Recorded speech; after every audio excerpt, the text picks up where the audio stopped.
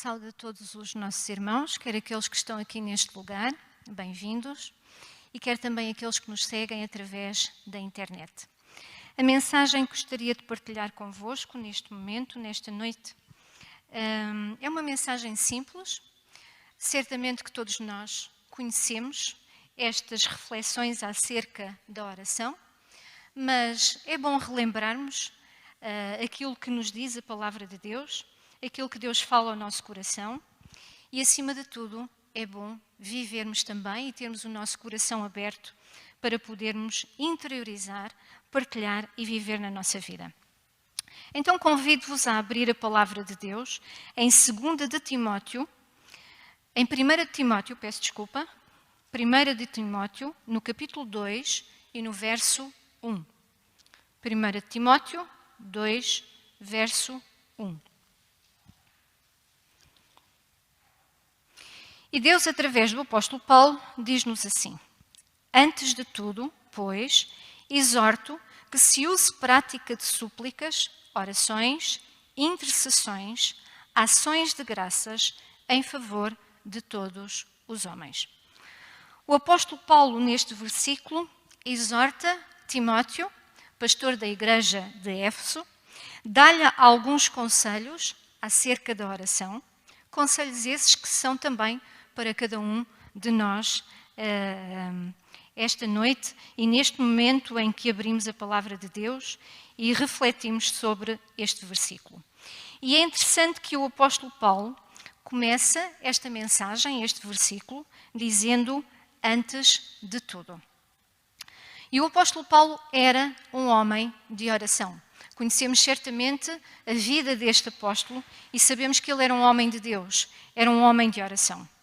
E sabemos também que para Paulo a oração é a prioridade das prioridades. A oração para Paulo vem em primeiro lugar. Por isso é interessante que o versículo comece antes de tudo, antes do dia começar. E ao encontro desta exortação de Paulo, nós temos também o exemplo da vida de oração de Jesus. Em Marcos 1:35, o evangelista, e eu vou ler, diz: Tendo-se levantado alta madrugada, foi para um lugar deserto e ali orava. O evangelista fala de Jesus. A vida de oração de Jesus era desta forma. Jesus levantava-se muito cedo, de madrugada, e orava. Quando abrimos a palavra de Deus no Salmo 5 e no verso 3, o salmista diz: De manhã, Senhor, ouves a minha voz. De manhã te apresento a minha oração. O que vem também ao encontro desta mensagem que temos em 1 de Timóteo, no versículo 2. Antes de tudo, em primeiro lugar, pela manhã, apresento a Deus a minha oração. Há um hino, não sei se conhecem, mas que vai também ao encontro desta mensagem. É uma oração cantada e um bocadinho da letra partilho convosco, que diz assim: Espera-me pela manhã, antes que eu veja o sol, antes que comece o dia, quero dar-te a minha oração.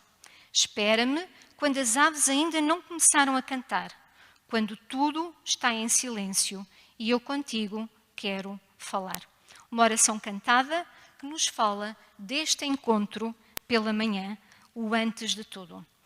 E no Salmo 90:14, o salmista também vai ao encontro desta oração antes de tudo. Porque o salmista diz: sacia-nos de manhã. Sacia-nos de manhã, porque a verdadeira oração nos coloca no nosso lugar. E que lugar é esse? Aos pés da cruz, aos pés de Jesus, onde o homem tem sede de ver a face de Deus, de buscar a face de Deus, de amar Deus mais do que a si mesmo. Estes, de acordo com o Salmo 90:14, serão saciados pela manhã. Não sei se conhecem este livro, Ouse Pedir Mais.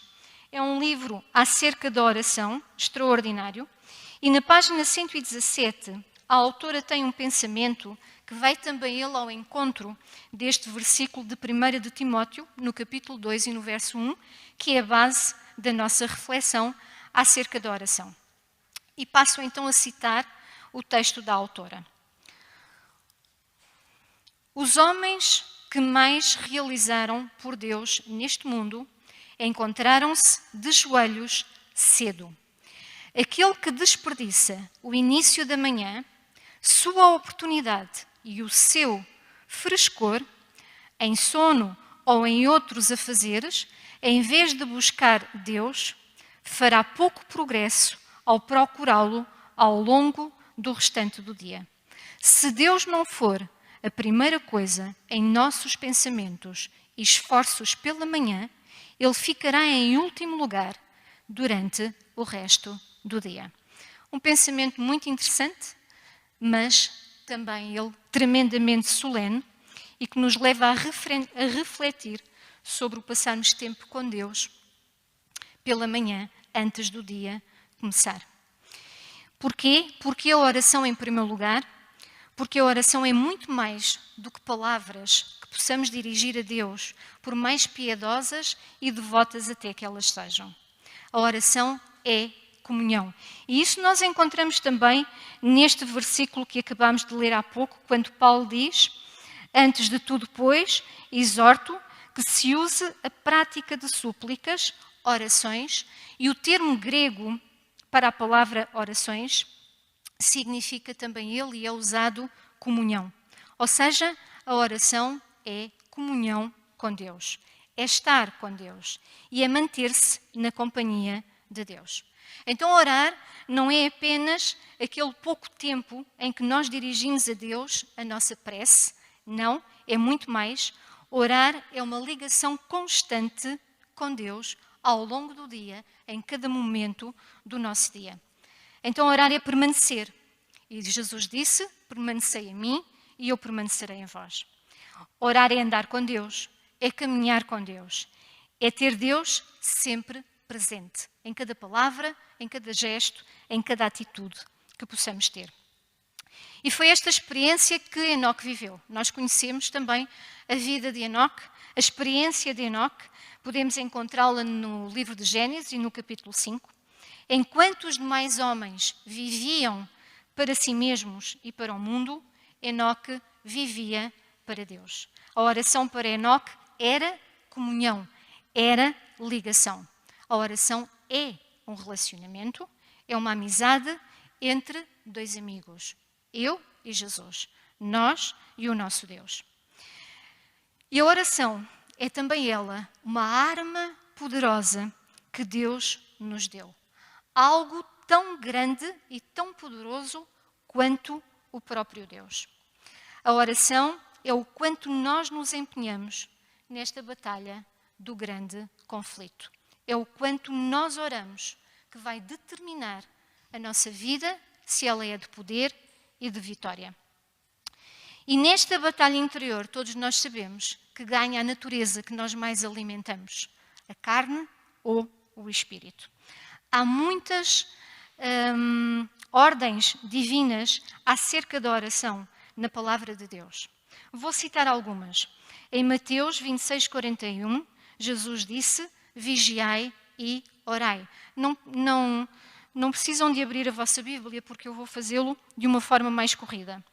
Em Marcos 14:38, Jesus disse: orai para que não entreis em tentação. Em Mateus 3:33, Jesus disse: orai pelos que vos maltratam e perseguem. Em 1 de Tessalonicenses 5:17, o apóstolo Paulo, Deus, através do apóstolo Paulo, disse: orai sem cessar. E este orar sem cessar não é no sentido de ficarmos de joelhos o dia todo. Paulo também não ficava de joelhos o dia todo, mas no sentido de quando nos levantamos dos nossos joelhos, de ligarmos tudo aquilo que fazemos a Jesus. Em Tiago 5:16, podemos ler: orai uns pelos outros. Em Efésios 1:18, orando em todo o tempo, disse o apóstolo Paulo. Em Colossenses 4:7, perseverei na oração. Em Mateus 6:33, buscai em primeiro lugar o reino de Deus e tudo o resto vos será acrescentado. E estas são algumas das ordens divinas para que o cristão possa ser um guerreiro de oração, para que cada um de nós possa ter uma vida de poder. E desta forma, pelo que lemos até aqui, pelo que refletemos até aqui, não estamos então a falar daquelas orações que muitas vezes nós fazemos, orações comuns, orações rotineiras, sem paixão, sem fervor, feitas à pressa, dando apenas ao nosso Deus retalhos ou retalhinhos do nosso tempo, antes de sairmos para as atividades do dia. O pastor Bulhon tem um pensamento numa das suas meditações que vai ao encontro desta ideia. Ele diz assim: se todos os cristãos se ajoelhassem e conversassem com Deus 1 hora por dia, Satanás estaria perdido. E Satanás sabe isso, e ele fará tudo o que estiver ao seu alcance para nos afastar de uma vida de oração plena e com poder. Porque ele sabe que é a oração que pode derrotá-lo totalmente na nossa vida espiritual. Partilho convosco uma história, uma ilustração, que diz assim: conta-se a história de um diabo novato e inexperiente a quem foi dada a sua primeira missão na Terra. E essa missão consistia em atacar um jovem que estava a viver uma experiência de fé e de oração muito íntima e muito próxima de Deus. A missão era realmente muito difícil, porque este jovem estava muito agarrado a Deus. E este diabo novato, ainda novo nestas andanças, teve que pedir ajuda a um diabo muito mais esperto e experiente. E este vai recomendar-lhe que foque os seus ataques em torno da oração deste jovem. Então, ele diz-lhe que terá de impedir aquele jovem de orar usando a seguinte estratégia. Primeiro, tens que fazer com que o jovem não consiga orar. Terás de o manter muito ocupado, mesmo que seja até fazendo boas ações, não importa. O importante é que ele esteja ocupado, tão ocupado que não lhe reste tempo para orar. E se mesmo assim ele orar, então tens que tentar que o faça à pressa, que termine a oração rapidamente e que ela seja rotineira, o mais rotineira possível, de forma a que não chegue a ter uma ligação e comunhão com Deus. Mas se ainda assim não conseguires que este jovem deixe de orar, então deves fazer com que ele perca a vontade, que se sinta cansado ou desanimado, de modo a que deixe a oração para um outro momento, para um segundo plano. Se por fim não conseguires o teu objetivo, então terás de o distraí-lo de qualquer maneira, para que não se concentre na oração. Interessante esta história, esta ilustração. Se é que ela é apenas uma história, porque a falta de tempo, a falta de vontade e a falta de concentração são também, muitas vezes, os problemas que enfrentamos na nossa caminhada espiritual. Mas Deus quer transformar a nossa vida espiritual. E é sublime que o Criador do Universo consente em ouvir-nos, consente em falar connosco, em prestar-nos atenção durante o tempo que nós quisermos, através da oração. Deus tem prazer, Deus deleita-se, não nas orações rápidas e rotineiras, mas na oração de contrição. A oração em que o cristão se coloca no trono da graça, reconhecendo que é um pecador e que necessita de um Salvador. Deus tem prazer na oração perseverante. Não te deixarei ir enquanto não me abençoares. Esta foi a oração de Jacó. E Jacó prevaleceu porque ele foi perseverante. A irmã Ellen White escreveu acerca da luta de Jacó, naquela noite no vale de Jaboque. A irmã Ellen White diz: os que não estão dispostos a negar o eu e sentir verdadeira agonia perante a face de Deus, os que não estão dispostos a orar longa e fervorosamente, rogando-lhe a bênção, não a terão. Solene. Lutar com Deus, diz a irmã Ellen White, quão poucos sabem o que isso significa. Que não sejamos destes poucos, mas sim que sejamos daqueles que lutam por uma bênção, a bênção de termos realmente a presença de Deus em nós constantemente. Deus tem prazer na oração de submissão, com fé, na oração fervorosa, desesperada, na oração impossível, na oração de vitória. É este tipo de oração que agrada a Deus.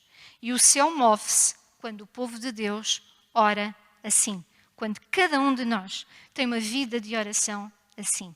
E ao som deste tipo de oração, treme, diz a irmã Ellen White, toda a hoste de Satanás. Porque é esta oração que o cristão, é nesta oração que o cristão vê Deus. É nesta oração que o caráter de cada um de nós é transformado. Quando pensamos em Moisés, na sarça ardente, quando Moisés viu a sarça ardente, a resposta de Moisés foi reverência perante Deus, perante a adoração a Deus. Quando Isaías viu Deus, a sua resposta foi confissão. Ele confessou o seu pecado perante Deus, a necessidade do seu Salvador. Quando Paulo viu Deus na estrada de Damasco, a sua resposta foi submissão e serviço. Senhor, que queres que eu faça? Respondeu Paulo. Reverência, confissão, submissão, serviço. Quando o cristão vive esta oração, esta comunhão, então o seu caráter é transformado à semelhança de Deus. E a reflexão para cada um de nós, neste momento, é: estamos nós a ver Deus? Não podemos ter uma visão de Deus a menos que oremos assim. E onde não há visão de Deus, onde não há oração, a alma perece. Mas onde há esta comunhão, as vidas são transformadas. A nossa vida é transformada, a nossa caminhada espiritual é transformada, a nossa família é transformada, o nosso casamento é transformado, o nosso caráter à semelhança de Deus.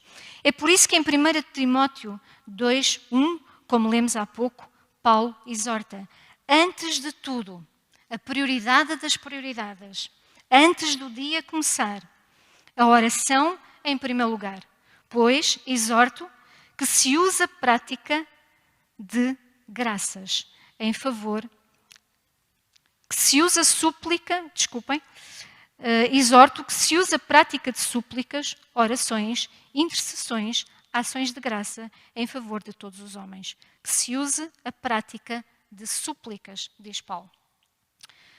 Supliquemos a Deus este desejo e esta necessidade de o buscar antes de tudo em primeiro lugar. Supliquemos a Deus a necessidade de moldar o nosso coração e de renovar a nossa vida. Supliquemos a Deus a necessidade de uma vida de oração com poder e com vitória. Nós vamos ouvir agora um momento especial, uma oração cantada, um hino, Vaso de Honra. E esta já é uma oração que fazemos também no nosso coração. Depois deste hino, teremos alguns minutinhos, alguns momentos, para podermos orar silenciosamente ao nosso Deus e podermos colocar nas suas mãos aquilo que nós sabemos que nos impede de ter esta vida de oração plena e cheia de poder. Vamos então ouvir este hino, Vaso de Honra.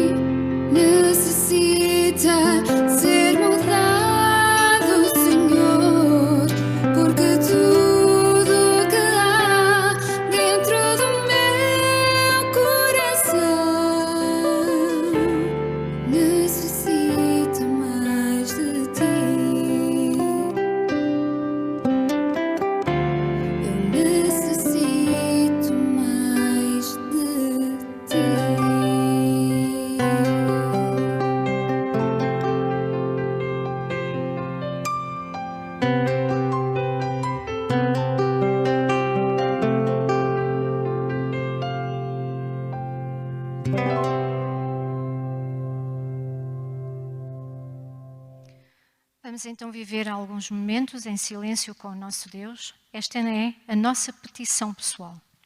E depois eu terminarei com uma oração.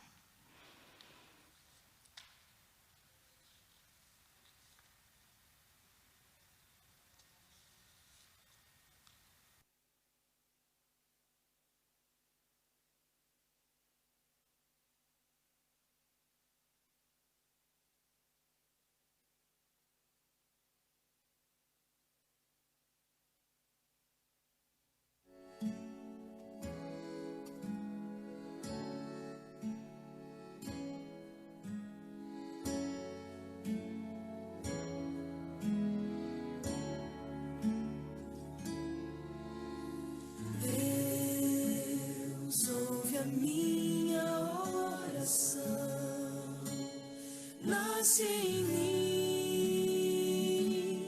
e me salva.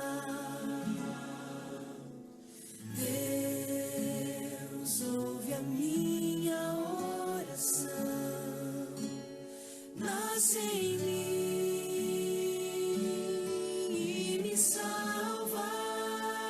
Amado, Nasce em mim. necessitamos de Ti, Senhor, para renovar o nosso coração, para renovar a nossa vida e para que o nosso caráter seja cada dia mais semelhante a Ti.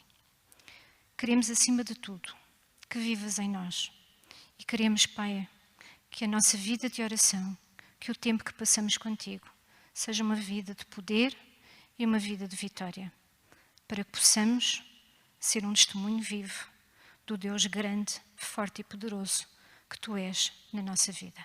Em nome de Jesus. Amém. Mas Paulo continua, quando continuamos, ou quando lemos, porque nos mantemos neste versículo, Paulo diz que se usa prática de súplicas, já tivemos o nosso momento de petição pessoal, a prática de orações, a comunhão, a ligação ao nosso Deus constantemente, intercessões, a prática da oração de intercessão. Paulo conhecia as suas igrejas e Paulo amava as suas igrejas. E ele conhecia a necessidade de fazer a intercessão constante e contínua por todos os santos dessas igrejas. Em Colossenses 1:9, Paulo também escreveu: "Não cessamos de orar por vós e de pedir que transbordeis de pleno conhecimento da sua vontade em toda a sabedoria e entendimento espiritual."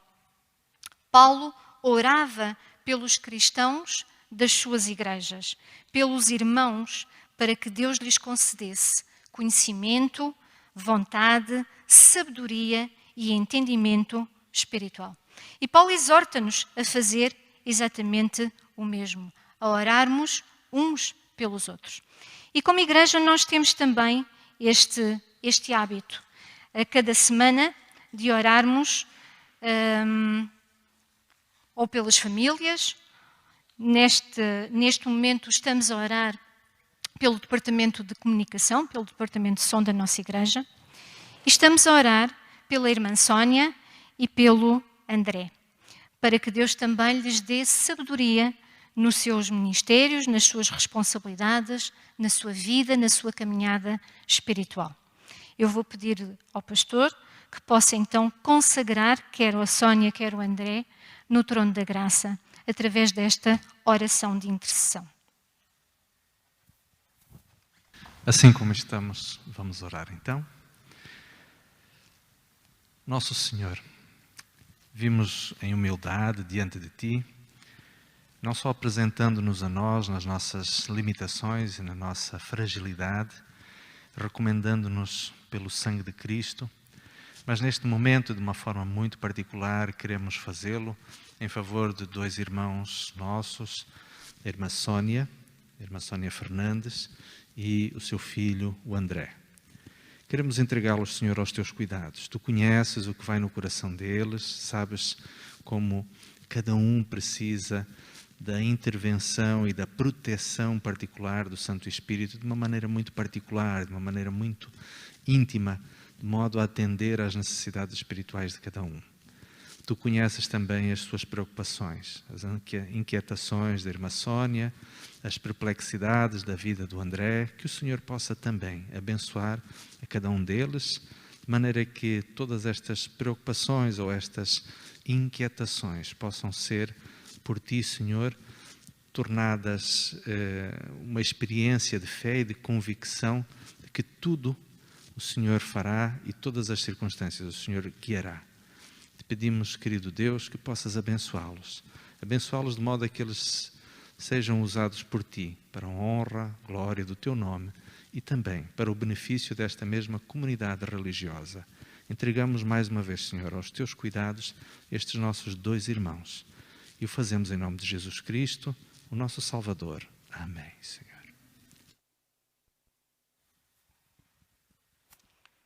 Obrigado, pastor, pela oração. Que Deus o possa abençoar também grandemente.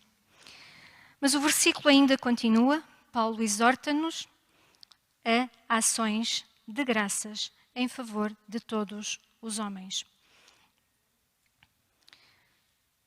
Cada um de nós, os cristãos, os filhos de Deus, devem ter um coração agradecido. Ações de graças, a oração de gratidão. E naturalmente nós temos mais tendência para pedir do que para agradecer. Se pensarmos nas nossas orações, certamente que muitas vezes elas são assim. Pedimos mais, pedimos, mas temos muito para agradecer. Mas somos mais falhos na gratidão, somos mais falhos em agradecer. Há uma história que gostaria também de partilhar convosco, que vai ao encontro desta ideia de que a gratidão é menos presente na nossa vida, mas essa não é a vontade de Deus. A vontade de Deus é que tenhamos corações agradecidos. Talvez conheçam esta história, eu acho que até já a contei aqui, mas não tem mal ouvirmos de novo. E ela diz assim: conta-se a história de 2 anjos que saíram do céu para recolher as orações dos homens. Vamos dividir o nosso trabalho, disse o primeiro anjo. Eu fico com a cesta maior e vou recolher as orações de louvor e gratidão. E tu podes ficar com a cesta menor e vais recolher as orações de petição dos homens. Está bem? Respondeu o outro. E quando eu terminar, poderei ajudar-te. Separaram-se e só se encontraram ao pôr do sol. Oh, exclamou o anjo da cesta menor, aquela que iria recolher as petições. Que dia tão trabalhoso! Tive de fazer várias viagens. Quem imaginava que os homens tivessem tantas coisas para pedir? E eu, disse com tristeza o outro anjo, achei que esta cesta seria pequena. Procurei o dia inteiro as pessoas que que pareciam ter tudo e que o seu coração... As pessoas, que pareciam ter tudo o que o seu coração desejava, e tenho apenas este pequeno obrigado. Apenas um, suspirou o outro anjo. Se pudéssemos fazer os homens compreender que devem ser agradecidos. Quando apareceram diante do rei, entregaram as suas cestas e permaneceram em triste silêncio. Mas o rei disse: não fiquem tristes, um dos meus amados deu-me graças. Certamente que ao longo deste dia recebemos muitas bênçãos. E certamente que temos muitos motivos para estar gratos a Deus. Gratos a essas mesmas bênçãos.